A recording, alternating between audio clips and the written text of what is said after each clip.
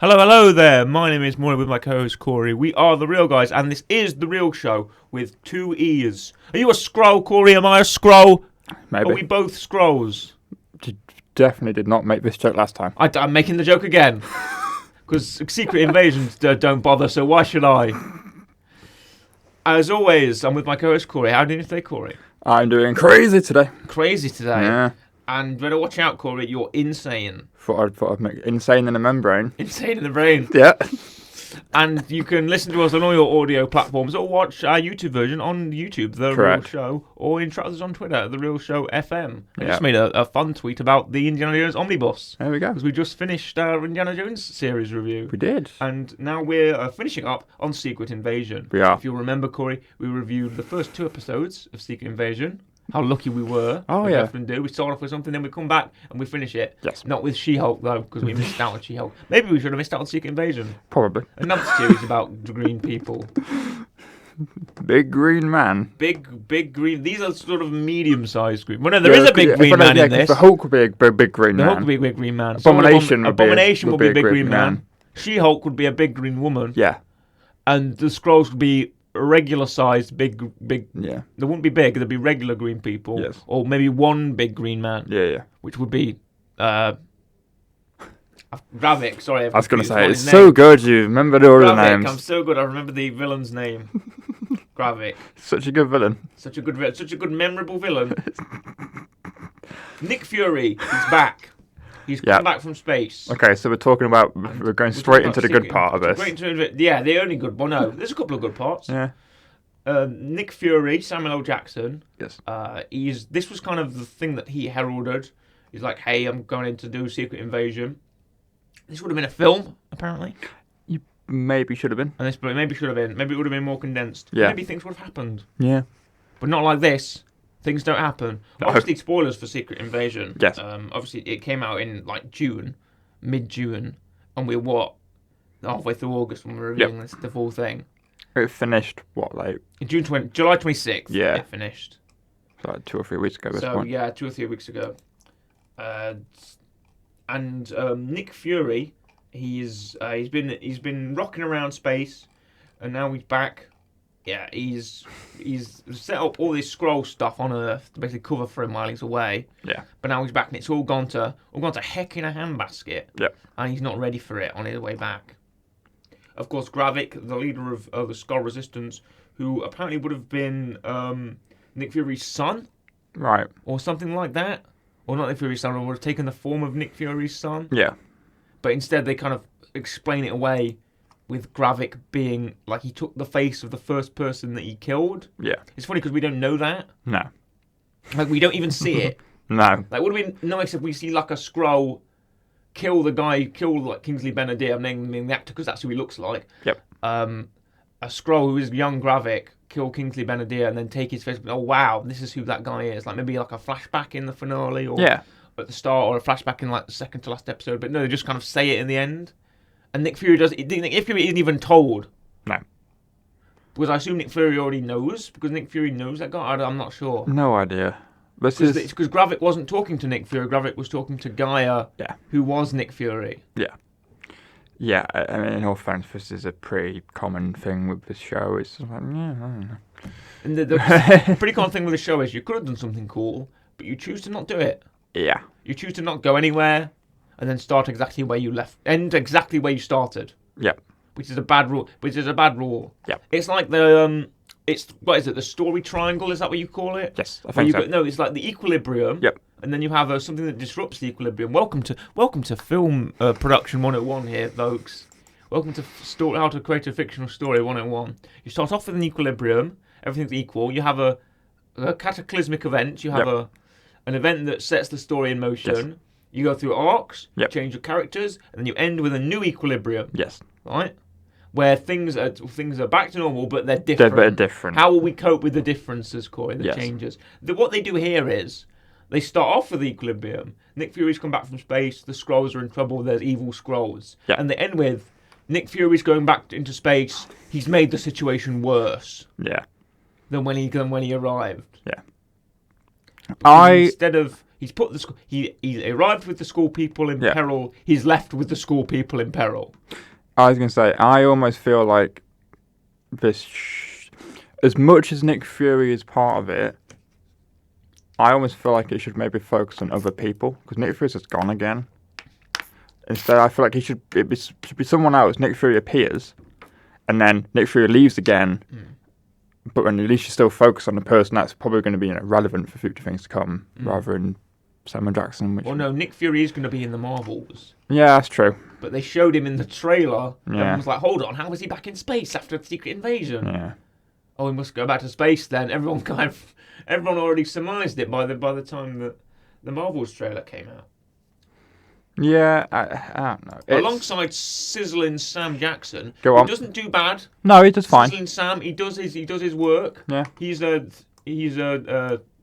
We're known fans of Sizzling Sam here. Do you remember why we call him Sizzling Sam? I do. Maybe the listeners who've listened to 130 plus episodes of this show don't realise why we call him Sizzling Sam. Right, okay. So, Sizzling Sam was... I don't know if it was it must be an episode, but I don't know which one it was. But it was during a Good Film Bad Review segment. Yes, Good Film Bad Review, for people that don't remember, because we don't do that segment anymore. No, we don't. Is... I'd have a film. Yeah. And... Wait, no. You'd have like a series review. or something. No, I'd have a bad review. Yeah. And there's a good film that's attached to that bad review. So the bad review is like 1 star. This film is bad because blah blah blah. Yeah. And the options would be A, B, or C. What film it is? Yeah. And this was Shaft. It was Shaft. Now there was 3 Shafts. There was 3 Shafts. This was in an episode somewhere. This wasn't like a separate one like Star Wars and Marvel we did separately. Yeah. And it's because one of the reviews was like something this film wasn't great. It lacked sizzle. And mine was it can't be the new Shaft because Sam Jackson is a sizzly man. Yeah. And there was a Shaft with Sam Jackson in it in 2002. Yes. So say it couldn't have been Sam Jackson's one because Sam Jackson is a man who's got a lot of sizzle. Yeah. And then we'd hence coin the term of Sizzly Sam Jackson. Sizzly Sam Jackson or Sizzling Sam. Yeah, and then just stuck. And it just stuck. Yeah, don't do Good From Bad Review anymore. I got canned. No, that got canned. But Sizzling Sam is sticking around. Stuck around.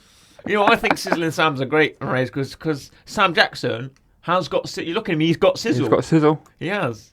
So you call him Sizzling Sam. He has got sizzle. I like how, again, we're doing the whole thing of we're just kind of segueing out from this and something else. Well, no, I thought it'd be nice to explain to the listener or viewer why we call him Sizzling Sam. Sizzling Sam. That is why. Sizzling Sam, he's on good form here. He's doing what he can, and it's the sins of Fury's past. They're haunting him again, and he's got to protect Earth. But does he protect it?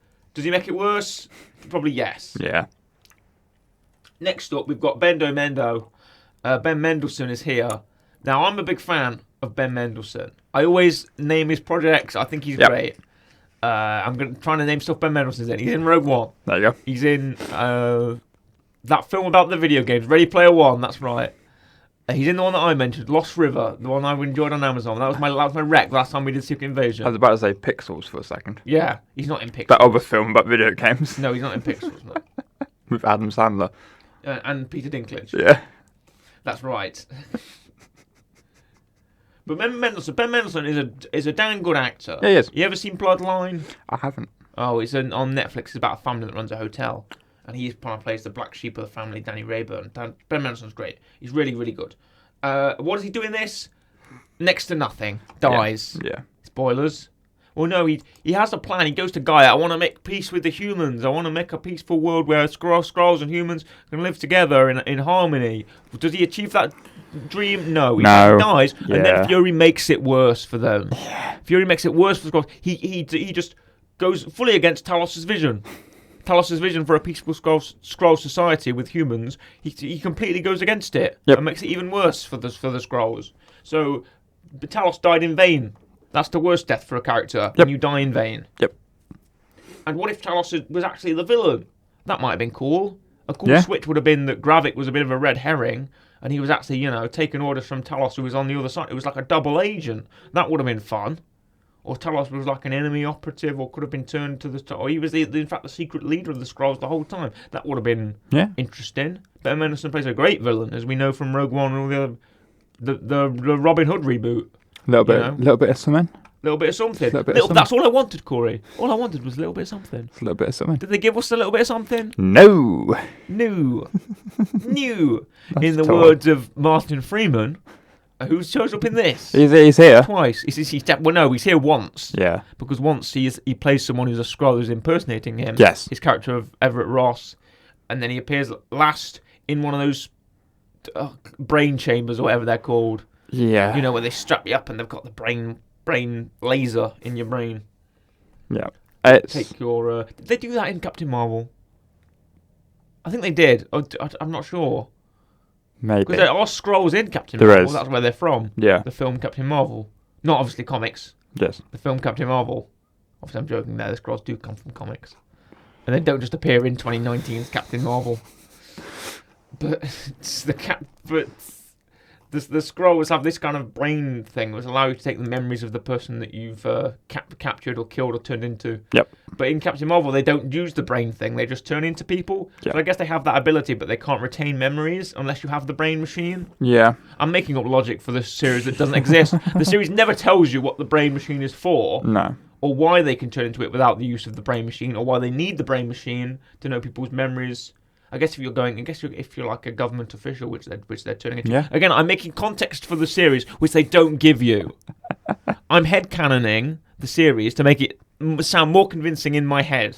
I'm rationalising it where they do not give you rationalisation. But yeah, I mean, there's a lot of stuff with this whole series that it's almost like they either could have done, or this sometimes feels like here's a 6-part, whatever how many parts there's, I can't remember.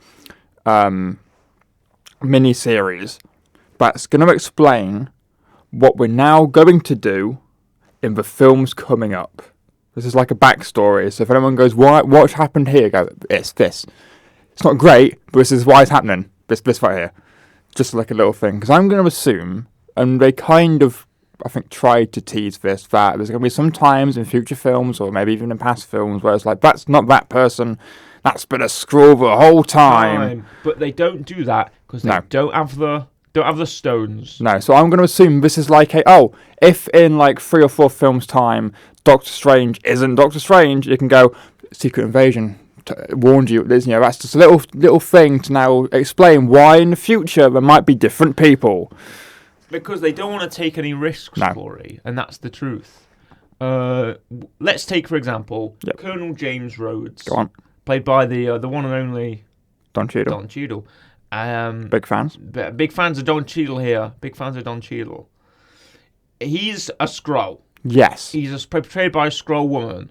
Yes. And we find that out in like one of the. Well, no, he kind of does shifty stuff, like he's trying to get Fury's wife to kill Fury and stuff, and he's on the phone with Gravik and whatever. Yeah.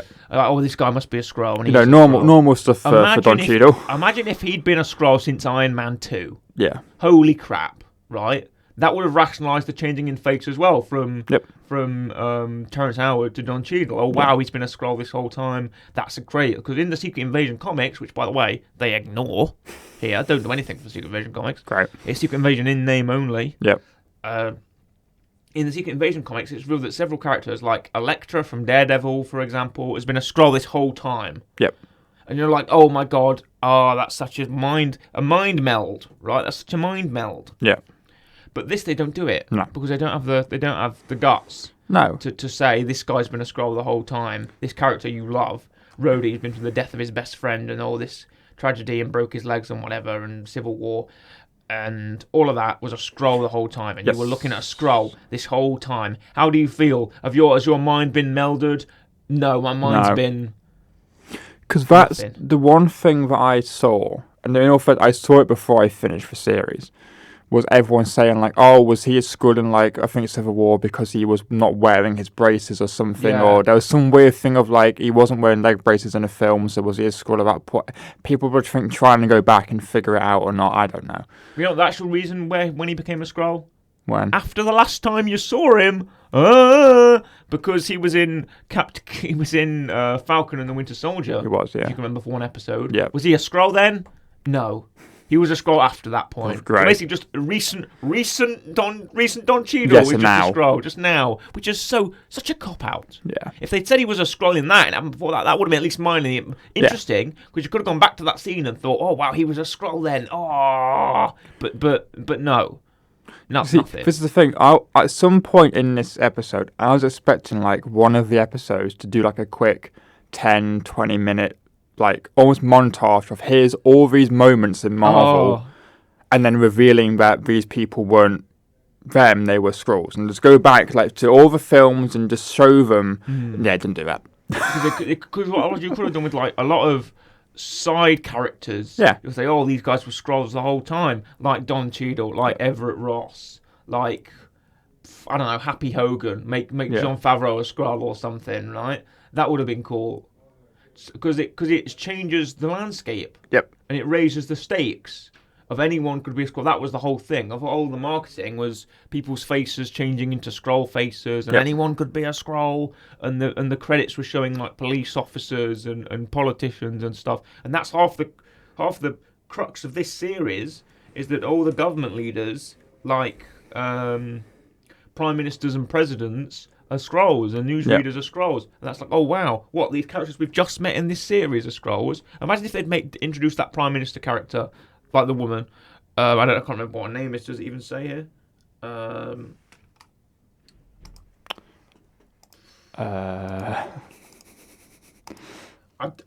Lawson. Imagine if they'd introduced Pamela Lawson, like in a Spider-Man film 3 films ago. Yep. And she'd been a kind of not like a major character, but like appears every now and then. Oh, it's the British. They go to London. It's the British Prime Minister, Pamela Lawson. Remember her? Yeah. She's back in this. Remember her? She's a Skrull. Whoa! Right? Yeah. That would have been great. Or like the secret agents that work for not S.H.I.E.L.D., but the other one. In Damage Control, sorry. Yeah. People that work for Damage Control. That woman or that guy in Spider-Man, they could have been a Skrull. Whoa, you know, and he appears in Captain Marvel. Sorry, not Captain Marvel, Miss Marvel as well. That secret agent guy, he could have been a Skrull. Whoa, you know, there's reveals like that. But they don't choose to do it. No, it's, I don't know. I'm just going to assume this series essentially wholly exists to set up maybe things in the future where instead of them going back and making people Skrulls in the past, they're going to probably now like work it in. So like there'll be a couple of films that'll be fine, and then they'll go back and be like, oh, actually this film now, this person was a Skrull, but we're going to reveal that like 3 films later. And then this is literally solely exists just to explain who they are, what's going on. That is it. Or maybe, Corey, they just don't. Or we just ignore them for the rest of the time. Ignore them, because honestly, I would. Skrulls never come back. I think Marvel's just completely devalued this series after it went down the pan. Because let's talk about the finale. Okay. And how egregious that finale is. Go on. This is the finale that She-Hulk was mocking. Because what She-Hulk did was the character can break the fourth wall. Always done it in the comics. Did it before Deadpool. And in the finale, it's revealed that the finale that is created for She-Hulk isn't the one that She-Hulk wants. It's very Marvel. It's, oh, I've got your DNA. I'm going to become a Hulk. Oh, everyone's becoming a Hulk. Oh, I'm Abomination. I'm also a Hulk, but I'm evil. And that's all of that. And She-Hulk goes, wait a minute, stop. This feels very, not like the story that we're telling. Can we change it, please? And she goes into Marvel headquarters and meets Kevin Feige, who's a robot, and who's an AI that makes Marvel films, which is very on brand. Yep. Because the opening credits of Secret Invasion is all AI, so whatever. Yeah. And she says, can we kind of stop this very high budget, high concept finale and just do something that makes sense? Yep. Now, Secret Invasion looked at that and went, bet. Yeah. I'll make a high concept, high thing finale. You want beams? I've got your beams for you. Here's beams. Boop, boop, boop. Yeah. Me firing a beam. I gathered that. Yeah. Everyone's going to fire beams. Everyone's got everyone's powers. You want Drax's flipping arm? Here you go. Here's Drax's arm. With the tattoos still on. Yeah. Here's Ebony Moore's hand and Ebony Moore's rings for some weird reason. Here's Groot. Here's Captain Marvel, Gamora, or whatever. All the weird characters that you've got, right? I wonder if you could look up for me, Corey. Okay. the list of the powers that are used in the finale of Secret Invasion. Because Gravik's just killed with a beam to the chest. He's not even he's not hoisted by his own petard. He's not killed in some sort of poetic way. He's just beamed to death. Here's every Super Skrull power used in the Secret Invasion finale. Right, could you list them all for me, please, Corey? Sure. Okay, yeah, I'm just checking. Right, Here we go. Ghost, Captain America, Corvus Glaive, Thanos, Outrider, Proxima Midnight. Who? I don't know. Okay, continue. Captain Marvel, Abomination, Mantis, Cull Obsidian, Drax, Korg, Ebony Maw, Frost Beast, Hulk. Is that Chitauri? Chitauri, yes. Yeah. Valkyrie, Thor Odinson, Gamora, Flora Colossus, Winter Soldier. Okay, apparently you can also toss Extremis into that pile. Right, well that's like a super soldier serum, so I guess that makes sense.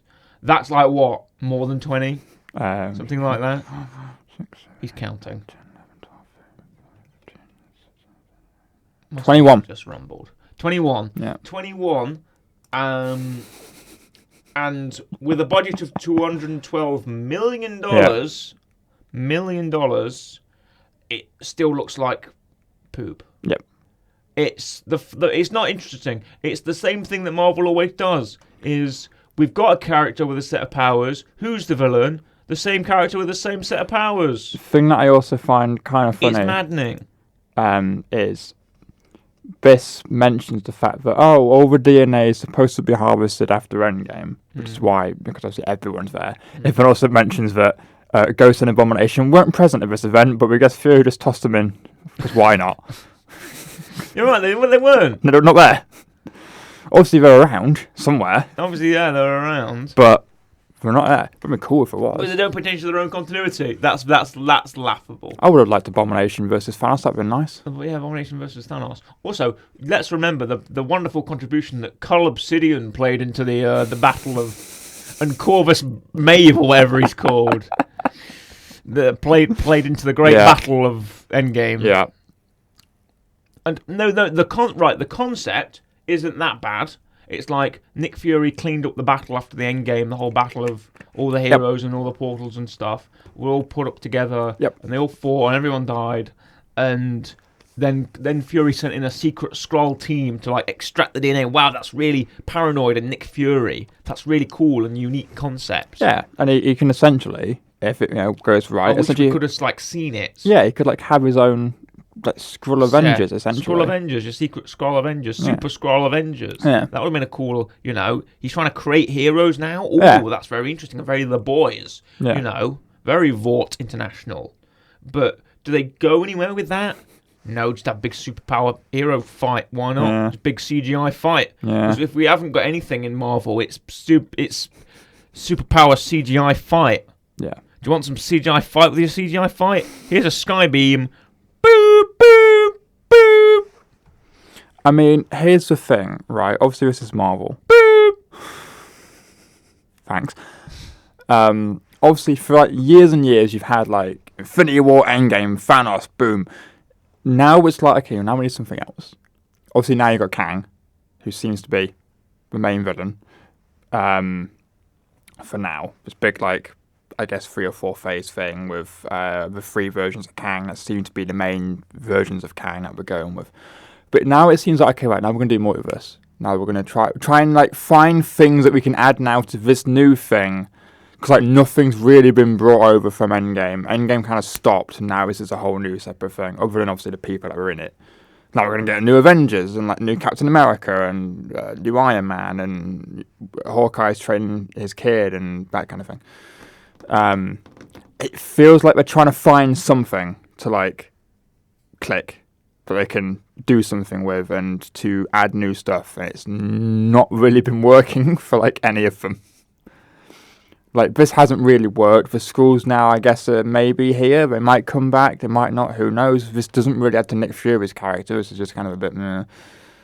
It's not even a bump in the road for Nick Fury's character. It's a straight line. Yeah. So Nick Fury goes from point A to point B with no change whatsoever. Yeah. Apart from the fact his wife's with him now. Great. I'm glad we took over like 4 hours, 6 hours to decide that. Yeah. However long the series is altogether. Let's go into a bit of the nitty gritty here, away from Ooh. the plot. Let's go to, first of all, we spoke a lot about the opening title sequence, so I'm not going to, in the last episode where we did the first 2 episodes, we spent like half the episode talking about the opening title sequence and the controversy to do with that. So I'm not going to mention a lot of it here. I'm just going to kind of go into some brief problems and then we'll move on. Yes. And one, if you're not aware, the 2023 Writers GAS Guild of America strikes are happening at the minute. Yeah, indeed. And what Secret Invasion chooses to do is put artificial intelligence in the opening titles. Yes. Therefore robbing artists of work. Yes. And if that's first, then, who's next? Screenwriting, acting, background actors. There's a story that came out recently about something from The Mandalorian season 2 or something, where background actors were being digitally scanned. Yes. And put in the background digitally. Yeah, so I've heard, not specifically Mandalorian, but I've heard a lot of because obviously you get actors that predominantly do like extra background work, or extra role. Yes. And they're like, well, if we're just being scanned, essentially, what do we do now? Because it's not like they get paid for whenever their scan gets used. Yeah. They probably get paid to get scanned, Royalties. and then that's it. It's like the person that wrote, this is going to be, I'm not going to mention this very long, Yep. but someone that wrote Suits, right? Yep. I'm going to find the exact number because I have it. Okay. I wonder if you can guess this. You're familiar with Suits, aren't you? The American law drama, very successful. I've not seen it, but I know of it. Right, yes, you've not seen it, but you know of it. It was put onto Netflix quite recently, and swiftly got to the height of a very popular Netflix. Everyone's watching Suits on Netflix, right? One of the writers was paid royalties. Would you like to guess how much they were paid? I'm going to hazard a guess it's not very much. Go on, give us some entertainment. Have you got it in American or is it British or American? Dollars. This is USD. Okay. This is American dollars. $500. Less. Oh God! I thought I was lowballing that as well. $250. $259.71. Oh no! For one of the writers of Suits. Oh no! That's not great. That's all your hard work for however many 9 seasons, however many it's got. If it's 9, that's like $20 a season. I get paid or more than that. Yeah, that's literally like monthly. That's probably like $25 a season. Yeah. All that. This needs to happen. If it's like 10 episodes a season, that's like 10. That's like $2 an episode. And I will support picketing, and I will support stopping this because it's not like people haven't got stuff to watch until new stuff comes out. So strike until you get what you want. Yes. And I'm in full agreement with that. It needs to be done not only for the preservation of the industry, but also for what's happening with the writing and the use of AI and the use of scanning and not being paid for your hard work on streaming services and stuff like that. It just needs to just whatever demand. Meet that demand because it needs to be done. Yes it does. Let's move on from that. Let's just talk about a bit of filming. Yes. They did it all in England, all here in the UK. Well, hey. Baby. Leeds. Oh, yeah. Yorkshire. You ever been to Liverpool Street Station on February the 28th, 2022? No. Not been to Liverpool and not been to Leeds. You haven't been to Leeds, but you have been to West Yorkshire. I have. It depends where in West Yorkshire. Oh. You've been to Halifax? No. You've been to Pinewood Studios? I think I have. Is that where Harry Potter World is? No, that's in. I don't think that is. Pinewood Studios. No, I don't think it is. Okay. I think it is just a studio. Big. Yeah. You've been to Brixton? I have not. Oh, that's why I know Pinewood. Down of Destiny. Oh yeah, sure. There we go. And they make it all up to look like Russia. That's a very London-looking Russia. That's what I said. That's what I said. Because you see Emilia Clarke, Gaia, walking through the streets, and it literally looks like, if you know what London streets look like, it looks like London Street. And you go, that's London, and it's supposed to be Russia. And you go, okay, whatever. It's like whenever everyone films in Toronto because filming tax goes down. Yes. Because you can basically film in Toronto and they won't charge you anything. Or in Albuquerque. Yeah. mentioning Emilia Clarke, she's in this, as is Olivia Colman. Yep. Not mentioning them at all. Two highly successful actors. Don't do anything with them. Yep. Funny that. What was Emilia Colman even supposed to do? I've combined their names. Emilia Colman. I say, what does Olivia Colman even supposed to do? Yep. Who is she? She's Sonia Farnsworth. She's supposed to be in like the MI6 or MI5 or whatever. Yeah.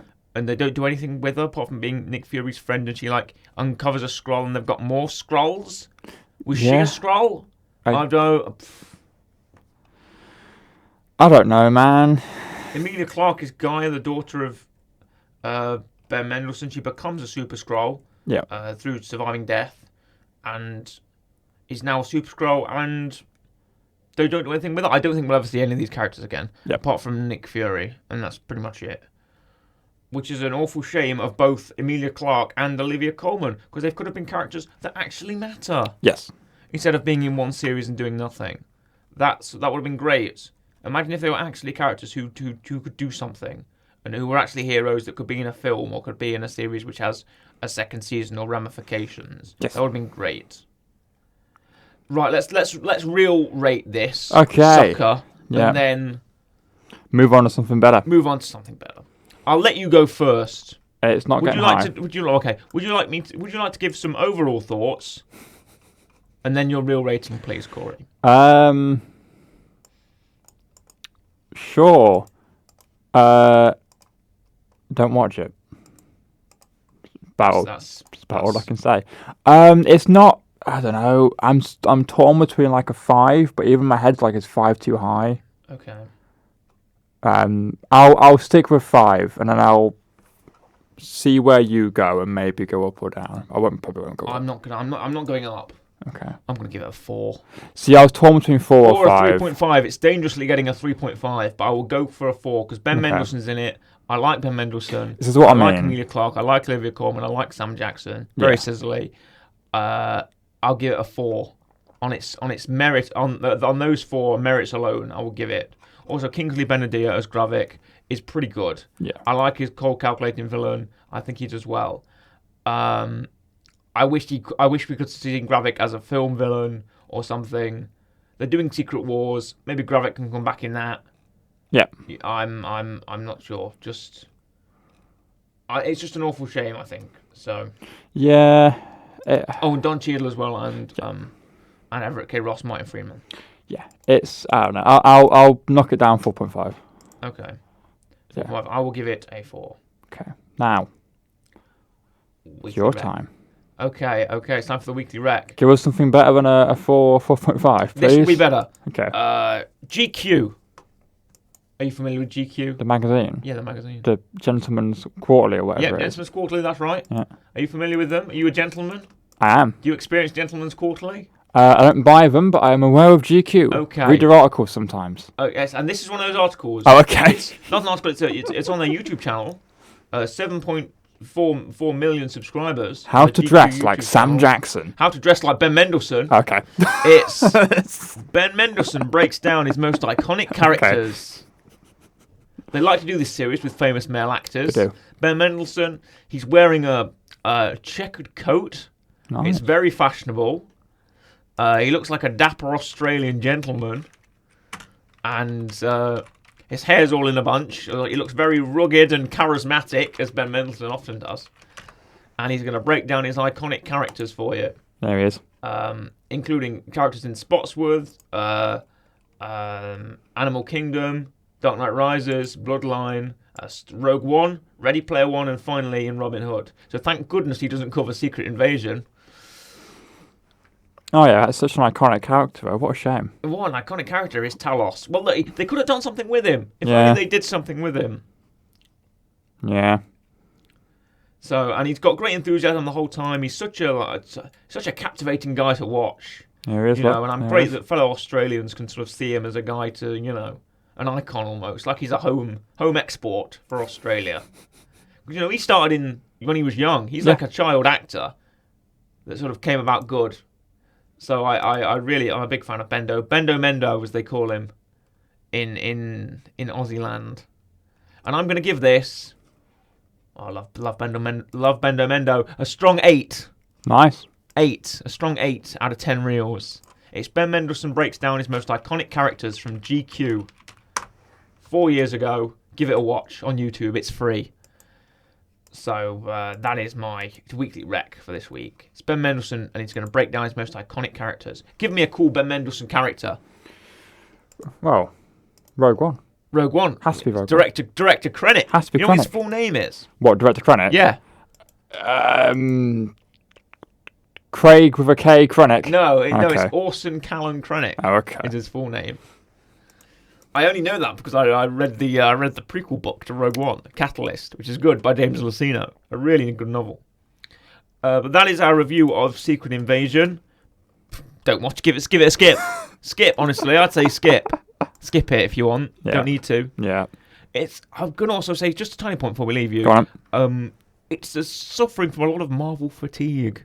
People going, Yeah. I don't want to watch this because it doesn't mean anything, and I can skip it to watch the next film or whatever. It's sort of there's been 13. Is it 13 or 18? I saw a tweet yesterday saying there's been 13 or 18 projects since Captain America has appeared, Yeah. and that's a great shame because of stuff like this. Yeah. Because of stuff like Secret Invasion AI credits. I'm very sorry, Ben Mendelsohn, Sam Jackson, and everyone else who's good in this. Yeah. Should have been in something better. Maybe it Yeah. should have been a film. Yeah. It's like Armor Wars. Yep. Armor Wars was going to be a series. Now it's a film Yep. with Rhodey in it. How will Rhodey grapple with being a Skrull? He won't. How will Nick Fury grapple with changing Skrull society? He won't. Yeah. How will Talos grapple with turning into a Skrull leader? He won't. He's dead. Yes. They do the same thing to Colby Smulders. Yep. Thank you very much for watching or listening to this Real Show episode. We promise better things are coming. It is a goodbye from me, goodbye, and a goodbye from Corey. Goodbye.